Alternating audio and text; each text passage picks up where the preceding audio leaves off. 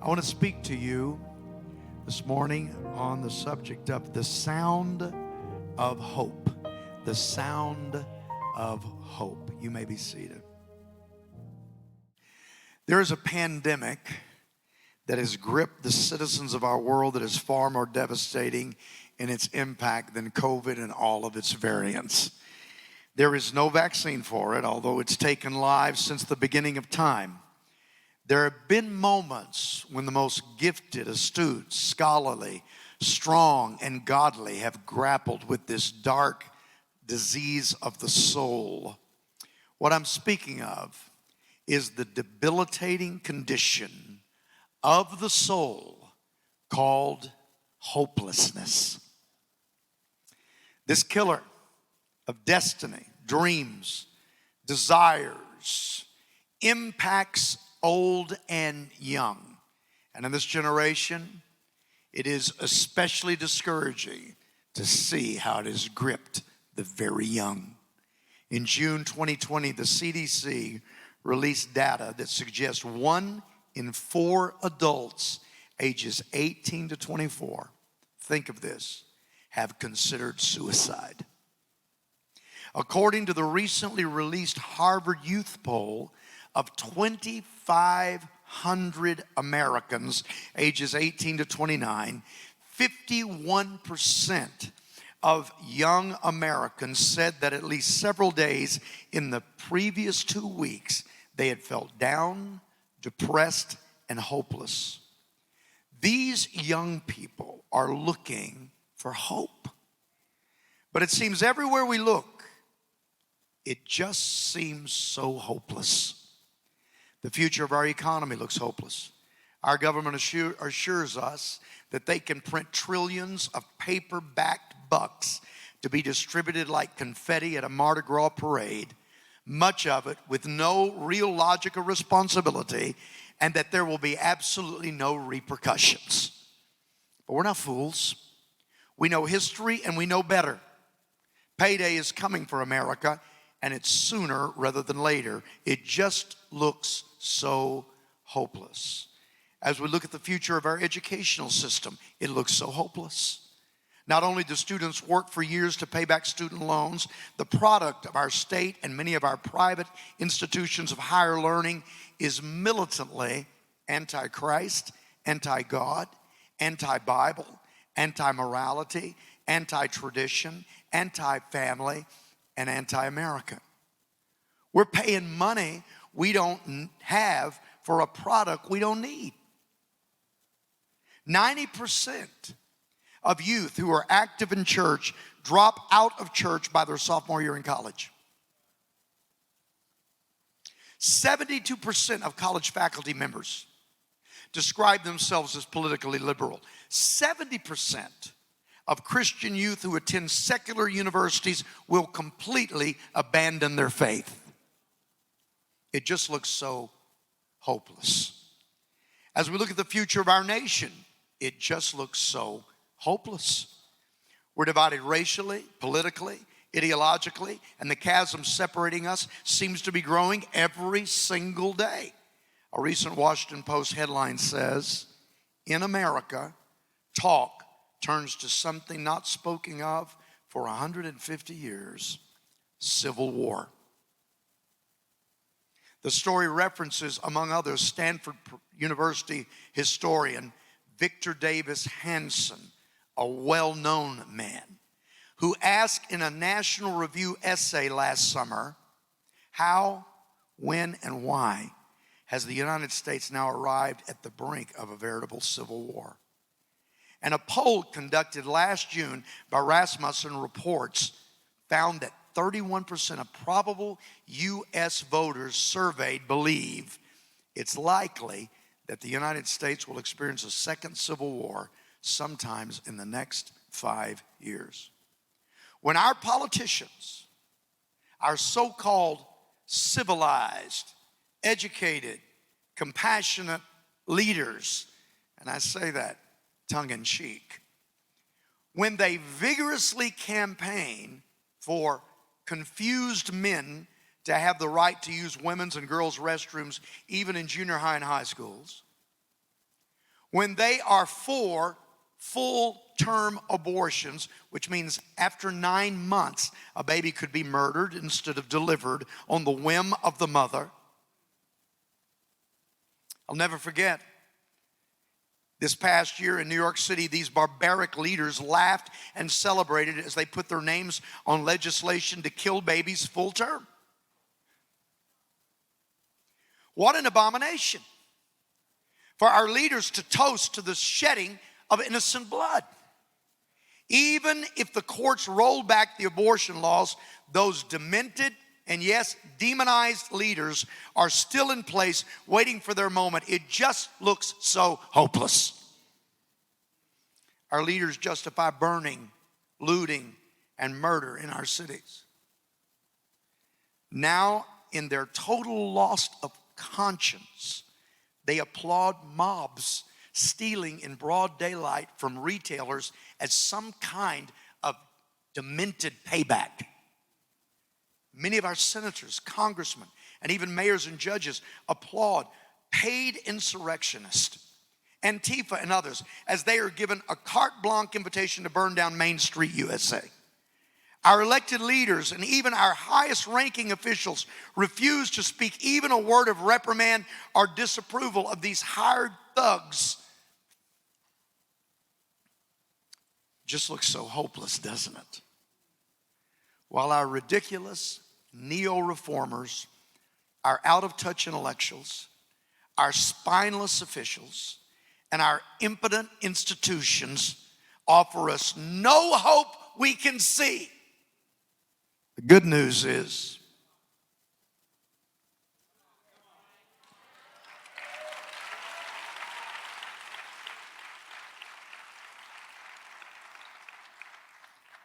the Word of God says this: for in hope we have been saved, but hope that is seen is not hope. Don't be discouraged that you can't see hope, that everywhere you look it looks hopeless. The fact is, if you're looking for hope in this world, you'll never find it. Hope cannot be seen, but the good news is hope can be heard. You can always, in every season of life, hear the eternal sound of hope. And you can always go the same places to hear it. You see, the first place you hear the sound of hope is in a manger in Bethlehem. Luke 2, do not be afraid.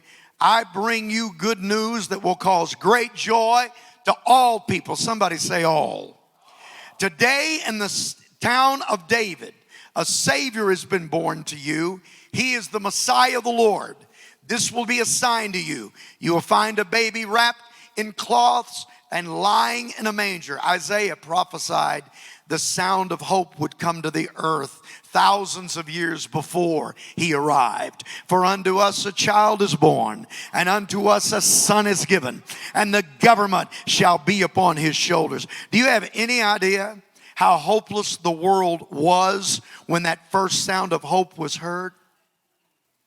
I saw the graphic that was chosen. Beautiful, beautiful message on the screen just before I was to preach today. I didn't know that that was in the plan. And I looked up and it said that Jesus came to a world not so much different than today. And I said, well, of course.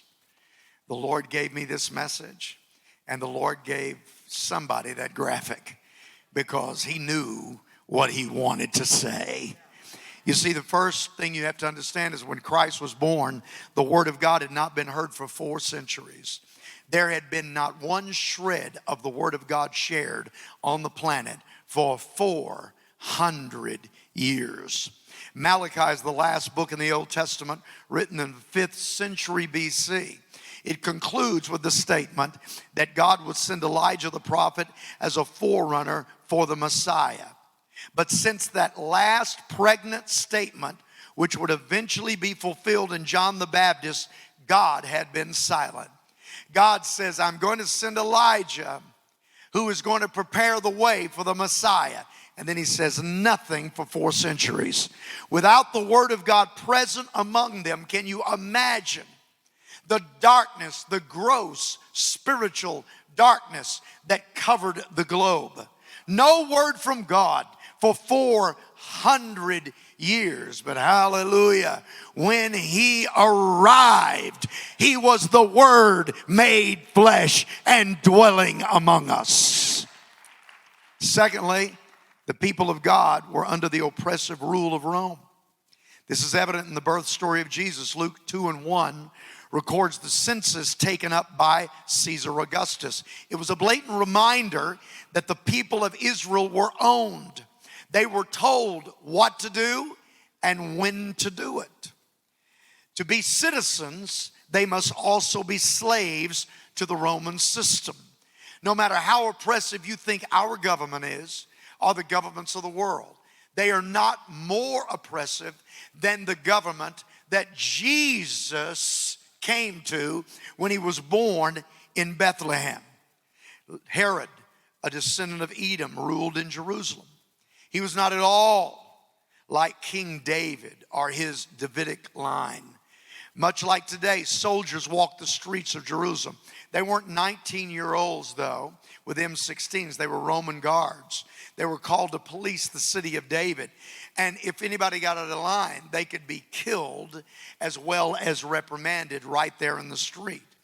Israel had escaped the exile of Babylon, but now they were still in probably a much more confining bondage.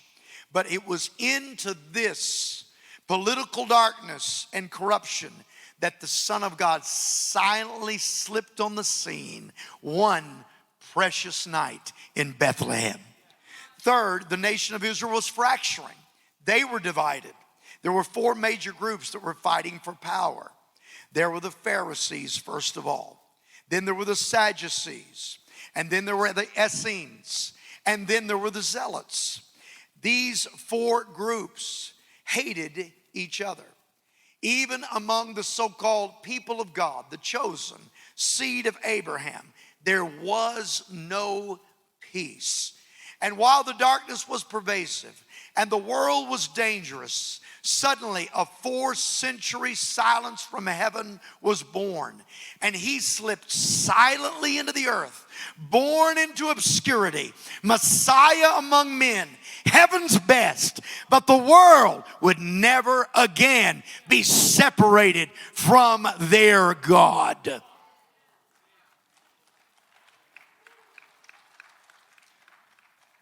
Secondly, the sound of hope can be heard at a cross on Golgotha.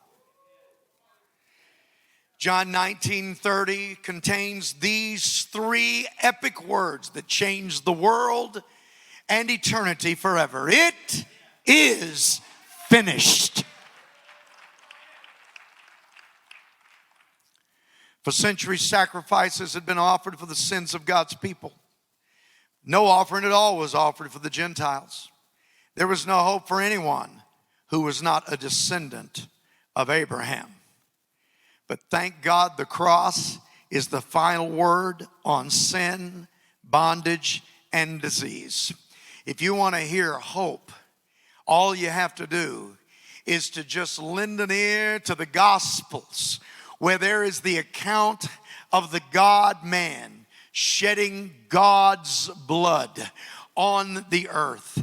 And that blood reaches to the lowest valley, and it reaches to the highest mountain. Oh, the blood of Jesus. Hallelujah. There is nothing in the world like the hope that is shouted from Calvary. Oh, only those that were within a few yards of that cross were able to hear him. God didn't give him a supernatural voice that could be heard on the continent of Africa. God didn't give him a supernatural voice that could be heard in the Americas. God didn't give him a supernatural voice that could be heard in Central and South America and throughout Asia. But yet in the heavens, when he said it is finished, every demon of hell, every minion of evil, every angel of God, every inhabitant of the holiest of holies heard that statement, "It is finished," and it became the difference in all of men and all of humanity. It's good news. It's the sound of hope. The sound of hope can be heard in an empty tomb. Matthew 28:6, there are these words from the angel. "He is not here, he is risen." Now, I want you to understand, this isn't just a sweet little diluted story that we've told so many times over our lives that we no longer have the impact of it. I want you to see what happened here. There was a messenger from the very throne room of God, an archangel that came and rolled the stone away and said, "Your Highness, it's time to leave these quarters." And the very Prince of Glory got up. Hallelujah. And death lost its hold on him. He walked out of that tomb, and the angel, as a faithful sentry sent from God, took his place where Jesus had laid. And when the women came early in the morning, he made sure that they got the message. He's not here. He is risen, just as he said. Ladies and gentlemen, there have never been words that are more beautiful and powerful and authoritative and filled with hope like those words. He is not here. He is risen. I serve a risen Savior. He's in the world today. Hallelujah. I know that he is living. Whatever men may say, I don't care what they're saying up at Harvard. I don't care what they're saying out at Stanford. I don't care what they're declaring over at Berkeley. I don't care what the University of Texas has in mind. I don't care what Europe is saying. I know that 2,000 years ago there was a sound of hope, and it was, "He is not here. He is risen." Hallelujah. It's the sound of hope. The sound of hope can be heard at dinner with Jesus. You know, I love the fact that Jesus couched some of the most powerful moments in community. Let me say this to you, especially some of you that occupy the role of old timer, like Dion said me. She's right now listening at home, and she's just spitting mad that I said that. Baby, you're not an old timer. You're beautiful and young and gorgeous and wonderful, and God's going to heal you in Jesus' name, probably during this message. Amen. You have lunch on the table when I get home.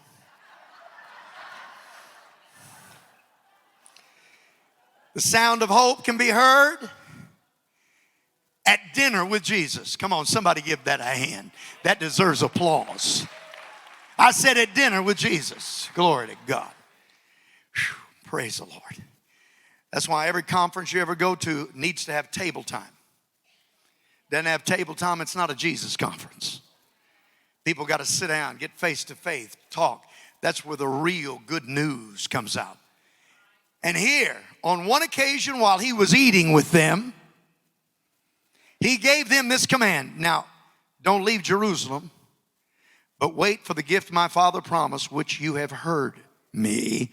For John baptized with water, but in a few days you're going to be baptized with the Holy Spirit. Jesus is sitting at dinner with them, and he says, now listen, don't leave Jerusalem. Now what you have to understand, this wasn't pre-Calvary Jesus. This wasn't pre-resurrection Jesus.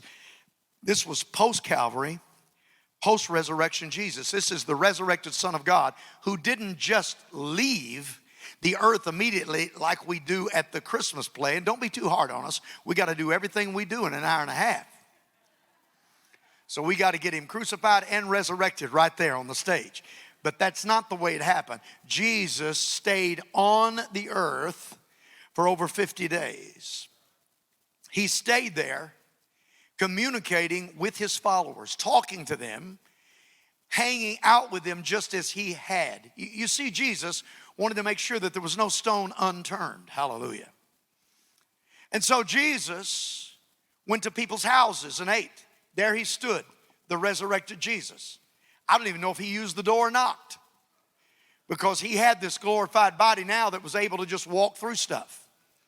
So one moment Jesus was outside, and the next moment he was inside. But yet he would sit down and he would eat with them and he would talk with them. The resurrected Son of God. I want you to have that deep in your spirit, what we're reading here. We're reading about the resurrected Son of God who stayed around and appeared personally to 500 people. Don't you let those uninformed, arrogant college professors tell you that there were only a few eyewitnesses. Oh no, my friend. There were 500 that he appeared to after he was resurrected in his resurrected body. And he didn't just appear to them as an apparition and leave. No. He went to their houses. He sat down with them. He had dinner. He walked with them along the road. He talked with them. People saw him. He said hello to people. Well, there's Jesus. Yes. Look, he's resurrected. Look, that's Jesus. He came forth from the grave. You see, that was the glory of post-resurrection Jesus. So post-resurrection Jesus is sitting at a dinner table and he's enjoying his friends. And he says to them, now look, do not leave Jerusalem, but wait for the gift of my Father, because you've heard me talk about this. John baptized with water, but in a few days you will be baptized with the Holy Ghost and fire. You see, the fact is, the sound of hope can be heard at dinner with Jesus. It's, you will be baptized with the Holy Ghost and fire. You see, there's one thing that you need to know. This is a power game. This game of life. There are spirits within the atmosphere, and you are no human match for them. There are things that happen on the earth that you're no human match for. There are evil coalitions of men that come together to try to bring about your demise, and you are no match for them. There are things that happen in the elements, and you are no match for them. You are outmanned everywhere you look until you begin to hear the sound of hope. And that is, I will not leave you comfortless. I will not leave you powerless. I will not leave you without authority. I'm not going to leave you without understanding. But I am going to send the same Spirit that I had in me when I was on the earth. And He will now be in all of you. What you could not understand, you will know clearly. What you could not stand against, you will now defeat. What you could not declare, you will have authority over, because I am going to send the Holy Ghost and fire. I'm going to take you as a mere mortal, and I'm going to give you superpowers that you never dreamed you could have. I'm going to give you another language. I'm going to give you a brand new mind. I'm going to give you gifts. I'm going to give you personality, characteristics, and I am going to give you everything you are ever going to need. That's the sound of hope. Hallelujah.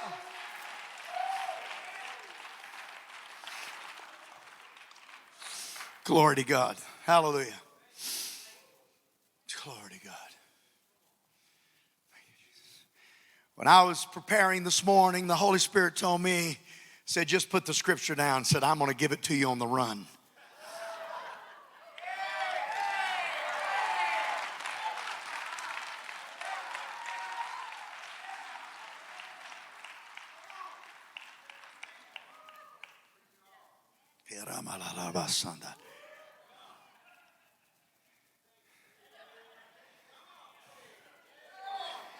The sound of hope can be heard on the Mount of Olives. Hallelujah. Those of you men that are outdoorsmen, raise your hand. You like to be outdoors. Come on, raise your hand all over this place. How many of you like to camp out? Raise your hand if you like to camp out.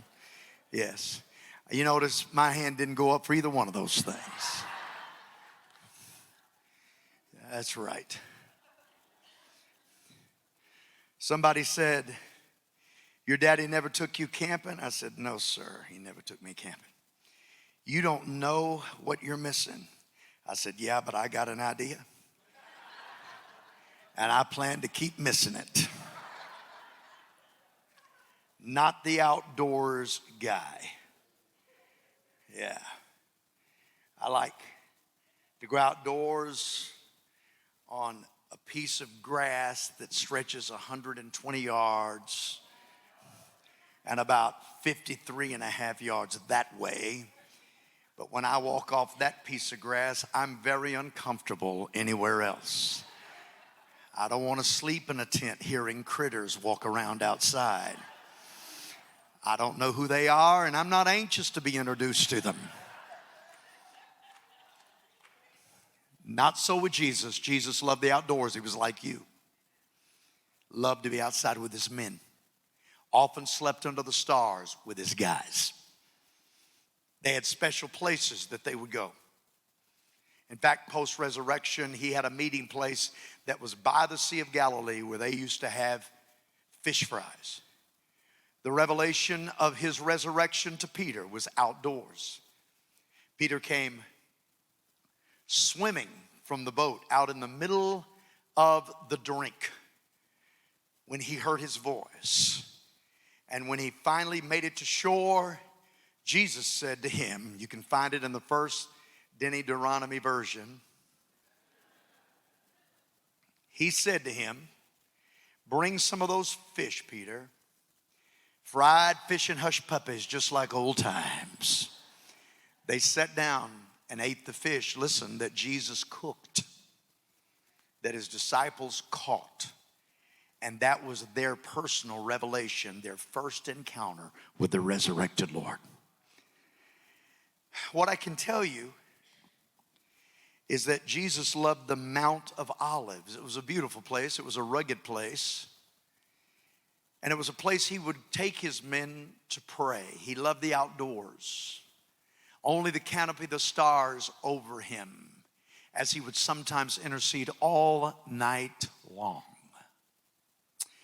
On this particular moment, he was going to leave, and he decided that his launching pad to go to heaven was going to be the Mount of Olives. He stood there in all of his radiant glory, about to be ushered by archangels to the throne of the Father. And he left, leaving the sound of hope to be communicated by one of those angels.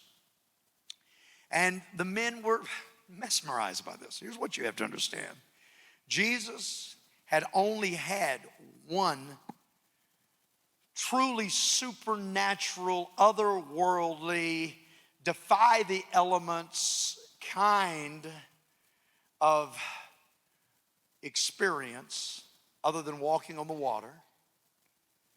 And that was at the Mount of Transfiguration, where he was caught up and where heaven came down and he was glorified in front of them. He literally shined with a glory that they could hardly look upon. But now, as they watched, he left. Now, we know that heaven's not straight up. How many of you know that? You say, well, heaven's straight up. Well, where is it in China?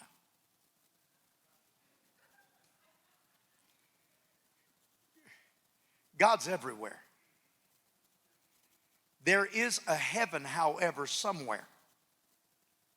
And believe me, wherever he left from, it was going to be leaving this atmosphere and this environment. And so it was not about heaven being straight up. It was about him leaving the atmosphere of the earth. He could have done that without it being visible, but to build the faith of those men, he wanted to leave that way, and he also wanted to give them good news on the end of it. So they watched him leave, and they were amazed, as we would be. I mean, just think about all of us standing, and he tells us that he's leaving, He loves us. It's been a great 3.5 years of ministry. It's been a great 33 years of life. He hugs and kisses all of his friends goodbye. And now he's there on the Mount of Olives. And he leaves. And they watch him, and they're just watching him leave, watching him disappear. Can you still see him? Yeah, I think I should. Let's see him. Let's go.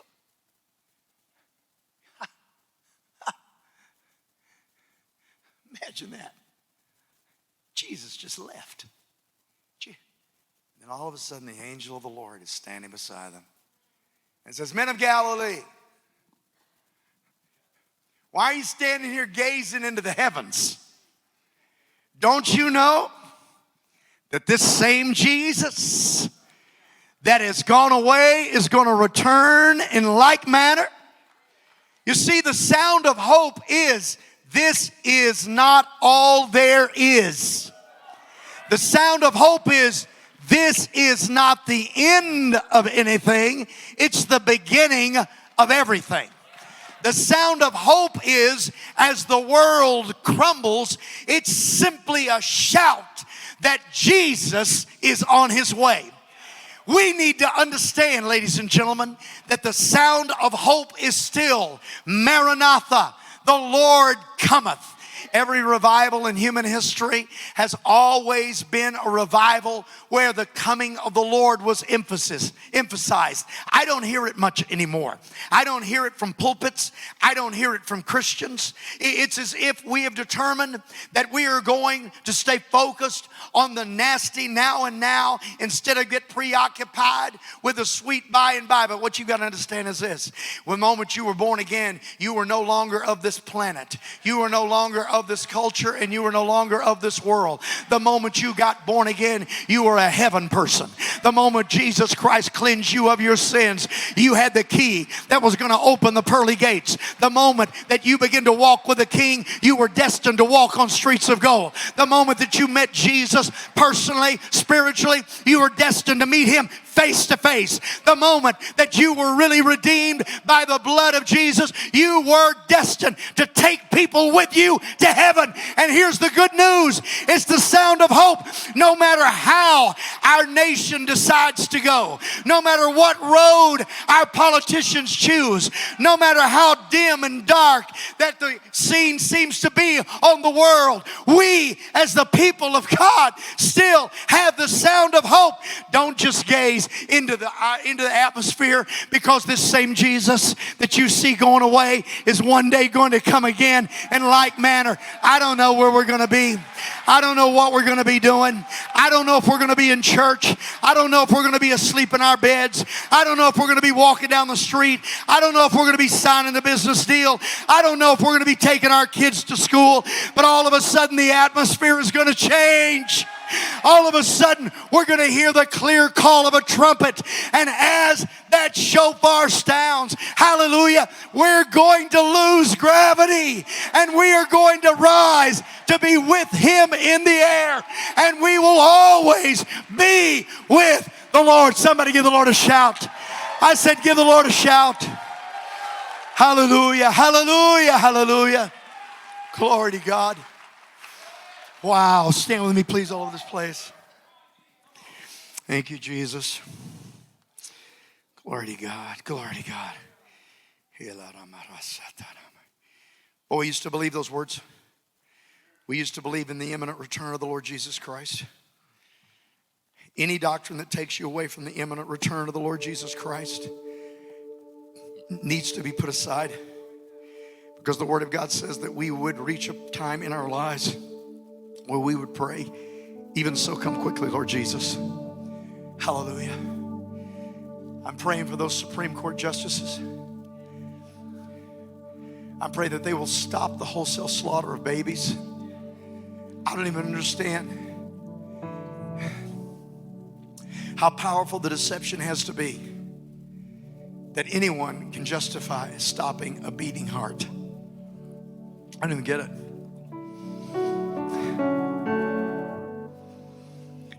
let me say this to you. Heaven is our hope. This planet had the scourge of the fall on it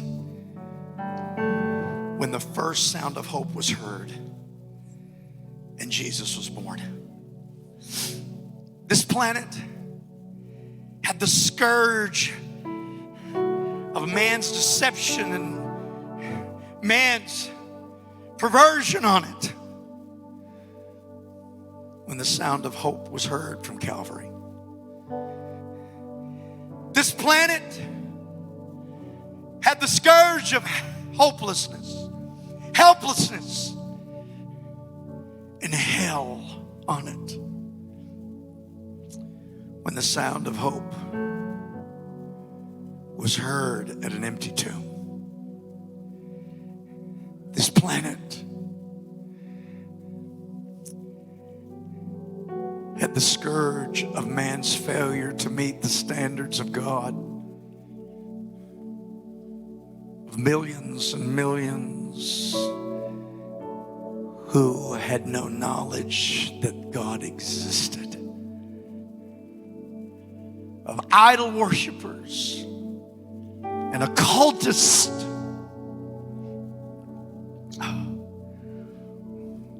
When the sound of hope was heard at a dinner table, you'll receive power when he comes upon you, and you'll be otherworldly.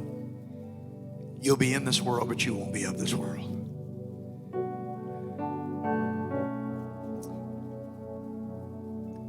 This planet today is gripped by the same darkness. Please understand. People say it's more evil today than it's ever been. Probably not, ladies and gentlemen. Probably not. But it's as evil. See, the fact is, we know more because of media and our ability to grasp what's going on in the world than any other generation has known. But it's always been dark. It's always been hopeless.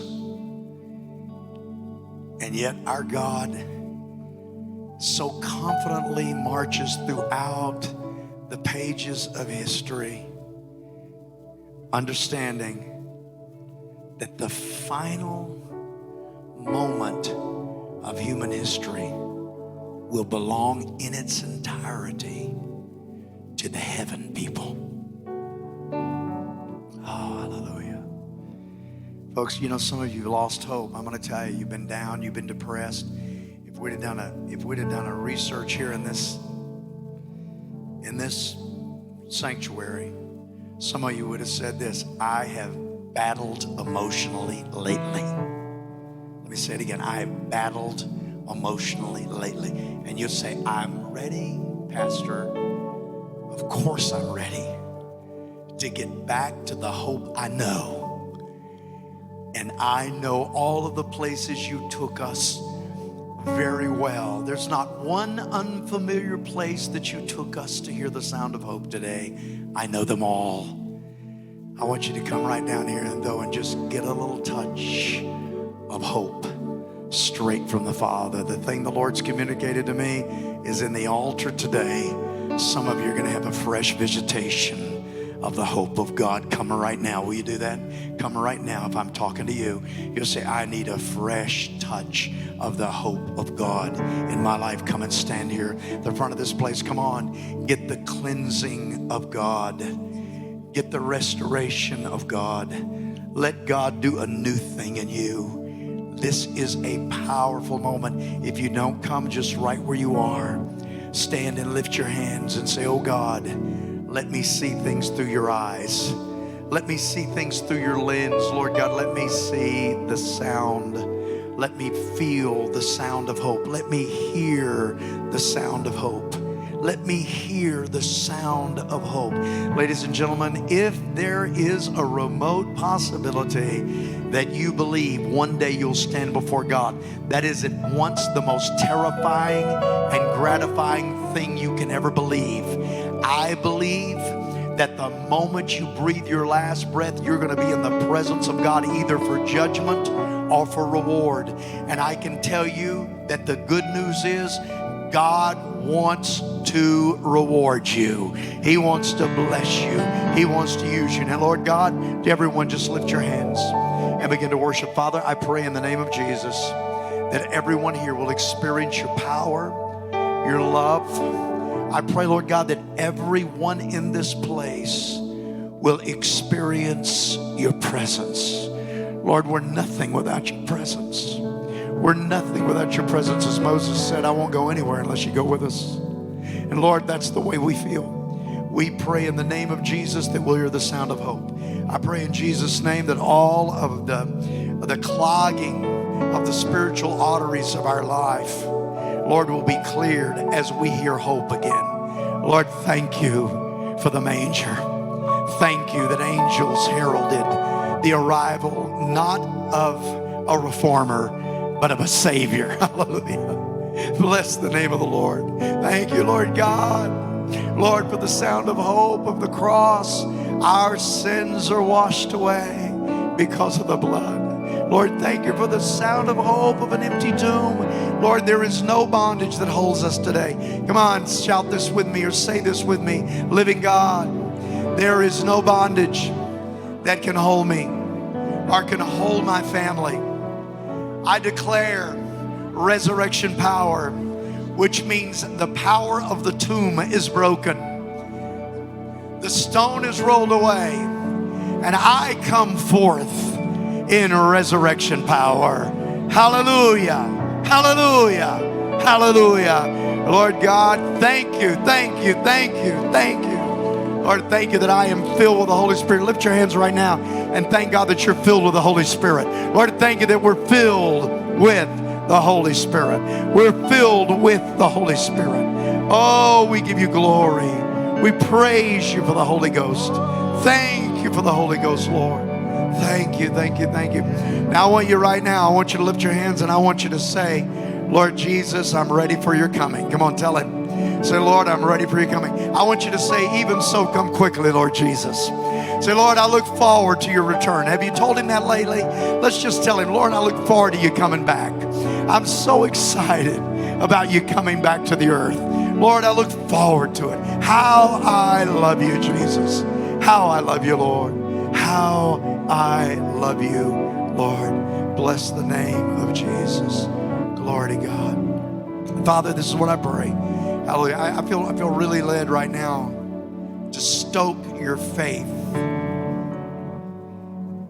concerning your sons and daughters. Now, if I'm talking to you, come stand with me because we're going to agree. And there's power in agreement. I said there's power in agreement. Power in agreement. Hallelujah. Hallelujah. Thank you, Jesus. I want to stoke your faith concerning your sons and your daughters. Amen. Yes. Thank you, Jesus. Now, when you're standing here, for some of you, is that your sons and daughters are not, listen, they're not spiritually sensitive right now. Raise your hand if you say that's where I'm at. My sons and daughters, they're not spiritually sensitive. Okay. Now, look at me and listen to me. How many of you understand the Holy Spirit has access to every facet of the brain? And how many of you understand that in one moment, things can change forever? My uncle, who was an alcoholic and had a mean streak about a mile wide in him,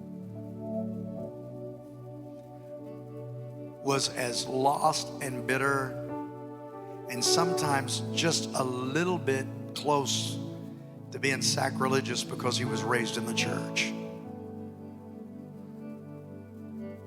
One day, after 40 years of his family praying for him, including my mom, after, honestly, we didn't know if those prayers were landing. Anybody relate? I don't even know if my prayers are landing, God. I'm not hearing, not seeing any anything big happen. My uncle is driving down the freeway in San Antonio, and the conviction of God hits him. He breaks and begins to sob. He wasn't listening to gospel music. Nobody had witnessed to him lately. He was just the same hardcore guy. He had to pull off to the side of the road so that he didn't wreck his vehicle. He trembled, he shook, he sobbed. And when he finished, he was born again. Not only did he get born again, as he was praying, suddenly God changed his language. So he got the full thing right there on the shoulder of the road. Now, what I want you to understand is this. Your child's brain, every facet of that brain, your child's spirit, your child's soul, your child's relationships, God's in control, because even though that child is strayed from you, they came from a covenant house.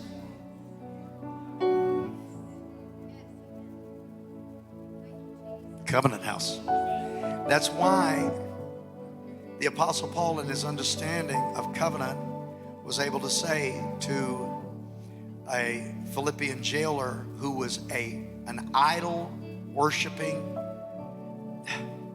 lost guy, believe and you will be saved and your house, because that's covenant. Now, let me just say this to you. What God gives you, you've got to fight for. That's the rule. Let me say it again. What God gives you, you're going to fight for. But, now this is the way it is. God gives it to you, you fight for it, because that's what gives you authority and him dominion in the world. Listen. And then he gives you the victory. Let me go through that again. He gives it to you. You go fight for it. He gives you the victory. Glory to God. Amen. You see, when you're in the middle of the boxing ring, here's the great comfort. You might be taking some hits and you might be bleeding a lot. But when you look down at the scorer's table, all three judges are the Father, the Son, and the Holy Ghost. You're going to win no matter what.